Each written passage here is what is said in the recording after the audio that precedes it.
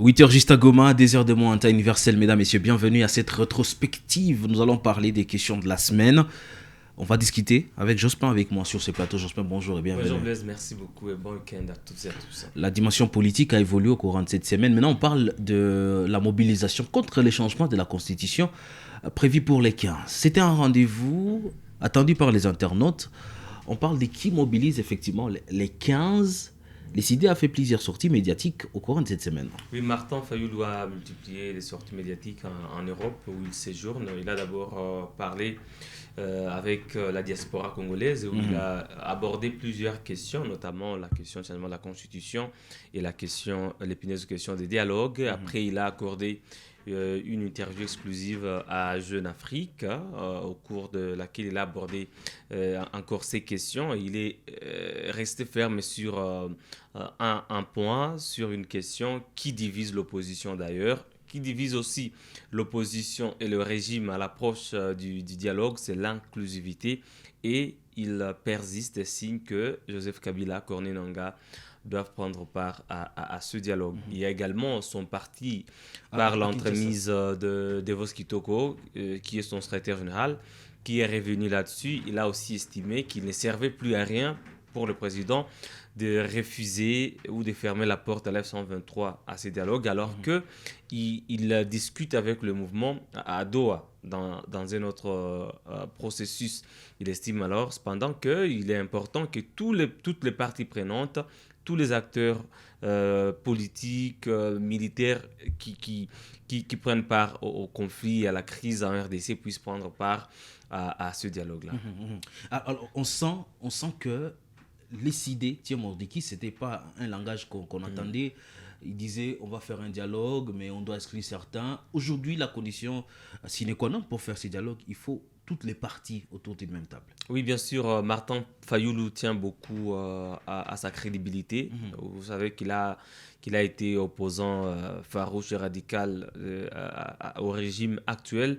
Et depuis qu'il a accepté la main du régime, parlant du dialogue au sein de la 64, il est traité par une certaine opinion comme celui qui fait une course au pouvoir, comme celui qui veut manger à la table de Tshisekedi. Mais non, à travers cette position radicale, il veut prouver le contraire. Il veut associer tous les opposants à ce processus de paix parce que pour lui, il est en train de compter les jours qui restent au régime. C'est-à-dire qu'il trouve que le temps qui reste n'est pas suffisant pour lui afin qu'il participe aussi à l'action du gouvernement ou qu'il soit associé au gouvernement parce que s'il le voulait, il essaierait déjà.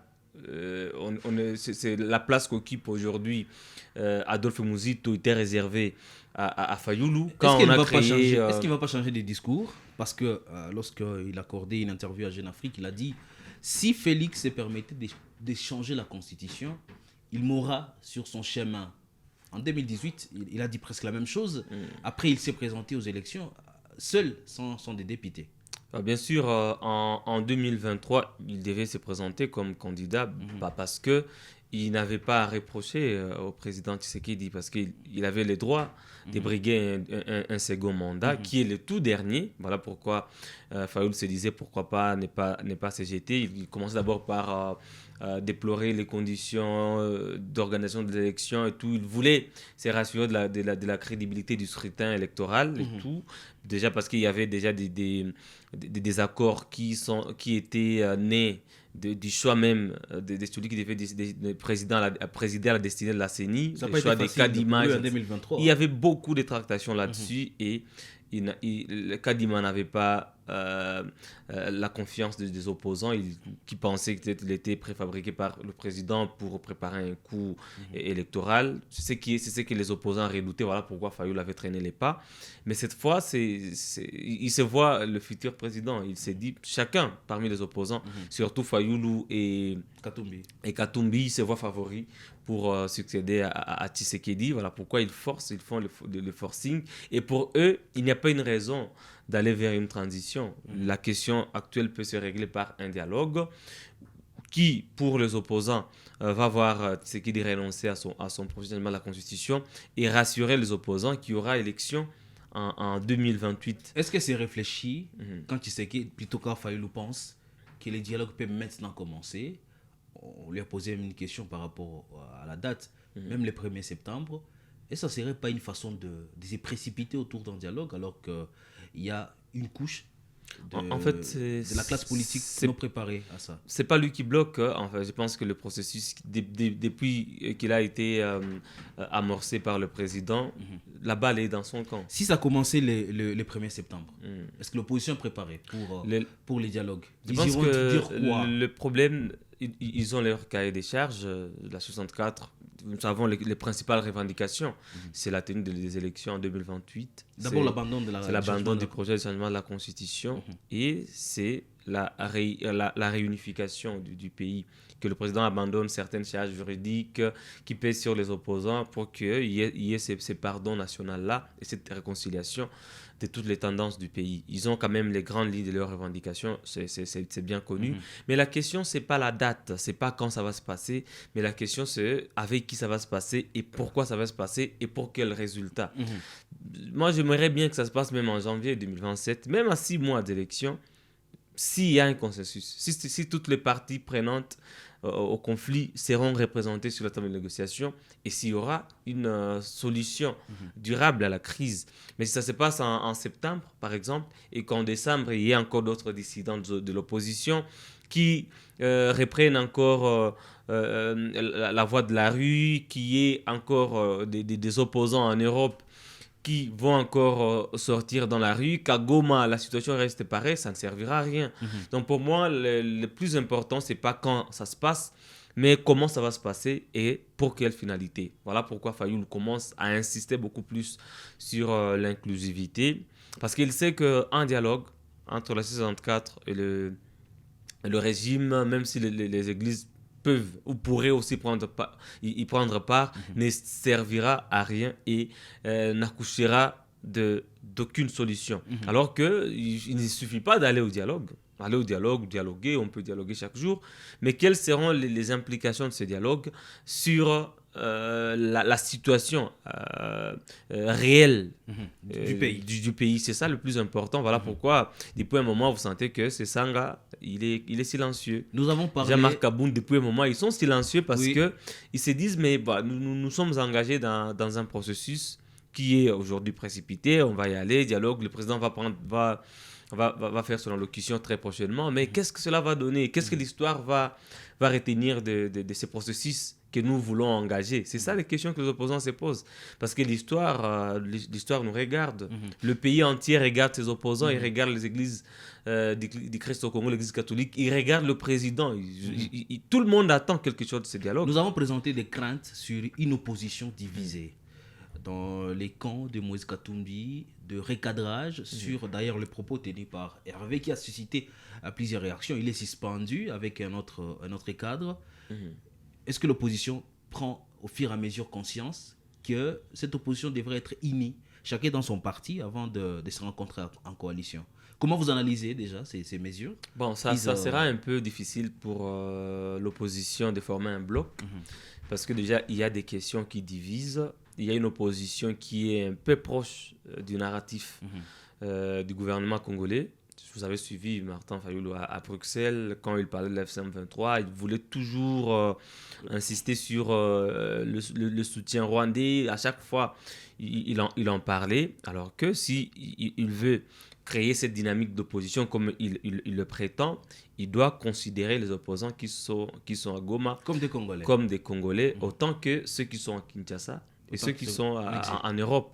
Voilà, si ces narratifs-là persistent, il n'aura pas les consensus des autres opposants à Goma. Ils ne vont pas, même s'il leur tendait la main, ils ne vont pas la prendre. Vous avez suivi même ces propos sur la communauté Banyamulenge qui ont fait réagir presque tout le monde, même Azarias Roubero, qui était silencieux, très silencieux à la Kabylie, mais il est aussi sorti de sa cachette parce que ce sont des propos qui ont fâché. Beaucoup de personnes se sont posé la question de savoir est-ce que Fayoulou ne maîtrise pas l'histoire de la RDC, lui qui a participé à tous les processus de dialogue, à Sun City et tout. Est-ce qu'il ne sait pas de quoi il s'agit? Il n'a pas vu Azarias prendre la vice-présidente de ce pays et tout. Je ne sais pas pourquoi il a dit ce qu'il avait dit là-bas. Je ne sais pas si c'était sous effet des émotions. Il va peut-être se rattraper. par une autre communication, par un mea culpa, mais cela a divisé davantage les opposants. Vous avez suivi que le camp de Kabila n'était pas content de cette sortie, le camp de Nanga, Goma et tout, même les anciens ténors du pouvoir. Je pense que Fayulu est en train de jouer peut-être un double jeu, parce que je le vois beaucoup plus ces derniers temps unificateur. Il veut... À la fois, il commence à mener des débats qui divisent. Ça, c'était une déviation, je pense. J'ai pu peut-être lui pardonner parce que je le connais comme un homme très instruit et qui maîtrise l'histoire de la RDC. Mais ces derniers temps, depuis qu'il est en Europe, on sent qu'il est en train de jouer les médiateurs de l'opposition. Quand il dit Nanga doit être là, Kabila doit être là, quand il parle d'inclusivité sous toutes ses formes, il est en train de vouloir donner l'image d'un opposant qui ne veut pas aller au dialogue sans tous les autres collègues de l'opposition. Et il a peut-être raison, parce que ce dialogue-là, sans toute l'opposition réunie, n'aura pas d'effet sur la crise. Il ne servira qu'à calmer quelques tensions qu'il y a à Kinshasa et tout. Mais je ne sais pas qu'est-ce qu'ils obtiendront. Mais s'ils arrivaient à obtenir l'organisation des élections en 2028, tant mieux. S'ils arrivaient à obtenir l'abandon du projet de changement de la Constitution, tant mieux, mais il y a une question existentielle qui va rester. Mais je l'ai aussi suivi changer des narratifs. Il commence aussi à parler de causes profondes. Fayulu, il pense qu'il faut traiter les causes profondes. J'ai suivi aussi le secrétaire général du parti Ensemble de Moïse Katumbi, lui aussi qui est revenu là-dessus. Il pose la question de savoir si on va au dialogue sans la F-123.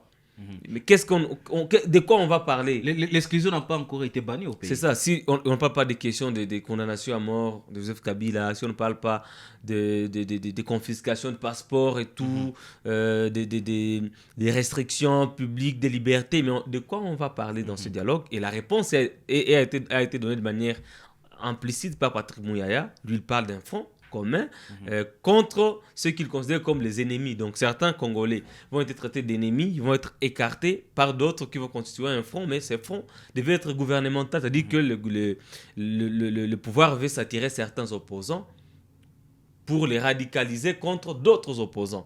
Ça, c'est un jeu politique, c'est un calcul politique qui est très dangereux, mais comme vous le savez, la politique parfois aussi c'est diviser pour mieux régner. J'espère bien que les opposants ne vont pas tomber dans ces pièges-là. Ils vont rester droits dans leurs bottes, fermes, et avoir des revendications communes. Tenir surtout sur cette inclusivité, parce que c'est les jalons même, c'est la quintessence même de ces dialogues. Sans inclusivité, c'est-à-dire que ça sera juste des pourparlers de certaines personnes, ça ne sera pas un vrai dialogue. Et jusque-là, on attend aussi, parce que les églises, depuis que le président leur avait rassuré qu'il va faire une allocution, il va donner des modalités, elles sont restées silencieuses et elles attendent ce que ça va donner. Mais je vous dis que ça va chauffer au pays quand le président va se prononcer à ce sujet, parce que tout le monde l'attend. Des opposants, j'ai parlé de Denis Sanga, il n'a pas droit à l'erreur. Déjà Marc Kabound, ils sont restés silencieux parce qu'ils se disent nous allons nous agiter, alors que la partie adverse n'a pas encore parlé. Ils attendent en tout cas aux actes. Il suffit juste qu'il reste sur un dialogue qui va être organisé à Kinshasa par les institutions, sans la participation de Kabila, de Katumbi ou de l'F-123. Et les opposants vont dire non, parce qu'ils sont en train de compter ces jours au pouvoir. Voilà, nous sommes arrivés dans cette situation. La situation qu'on est en train de déplorer tous les jours, parce que tout simplement, il y a des Congolais exclus dans la gestion, et même qui n'ont pas les droits de vivre sur le sol congolais. Ça nous a amené dans une situation aujourd'hui qu'on ne sait pas comprendre, qui a plusieurs facettes. Nous devons faire attention. L'exclusion, lorsqu'on veut trouver de solutions, ne doit pas être la base. Sinon, on va résoudre tout sauf les problèmes. Nous nous appelons à la prudence. Nous devons être prudents. Surtout dans nos communications de tous les jours. Éviter de faire des discours qui nous divisent de plus en plus. Portez-vous bien.